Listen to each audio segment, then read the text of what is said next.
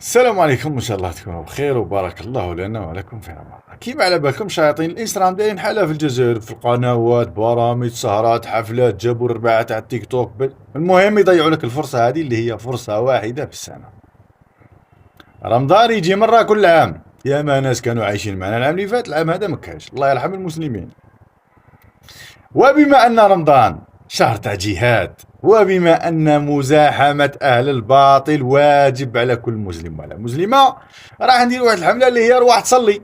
يا ما ناس نعرفوهم يصوموا لكن ما يصلوش، لكنه ما يعرفش باللي كما جاء في الحديث الصحيح الصلاة هي أول ما سيحاسب به العبد عند ربه، إذا صلحت صلح العمل وإذا فسدت فسد العمل. يعني ما تصليش وراك تصوم وراك تزكي والله يمو لله الريح في الشبك. سمعت؟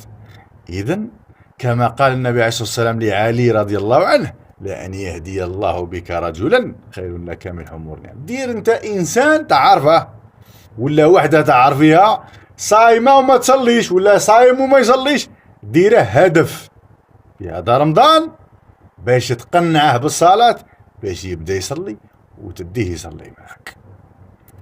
والعمل هذا راك درته في شهر عظيم هو شهر الجهاد، شهر رمضان، ونويها من باب مزاحمة أهل الفسق والمجون، شياطين الإنس، أهل الباطل. وتبقى لك عمل كيما نقول هنا، أو صدقة جارية تديها معك القبر، عمل صالح تديه معك القبر، لأنه هذا الشيء الوحيد اللي يديه معه الإنسان القبر، وهو العمل الصالح. إذن اللي باغي يشارك معنا في هذه الحملة تاع أرواح تصلي، جارك، خوك، بولد عمك، إنسان تعرفه، أرواح تصلي. ماذا بك تقدر تقنع واحد، زوج، ثلاثة، أربعة، مرحبا.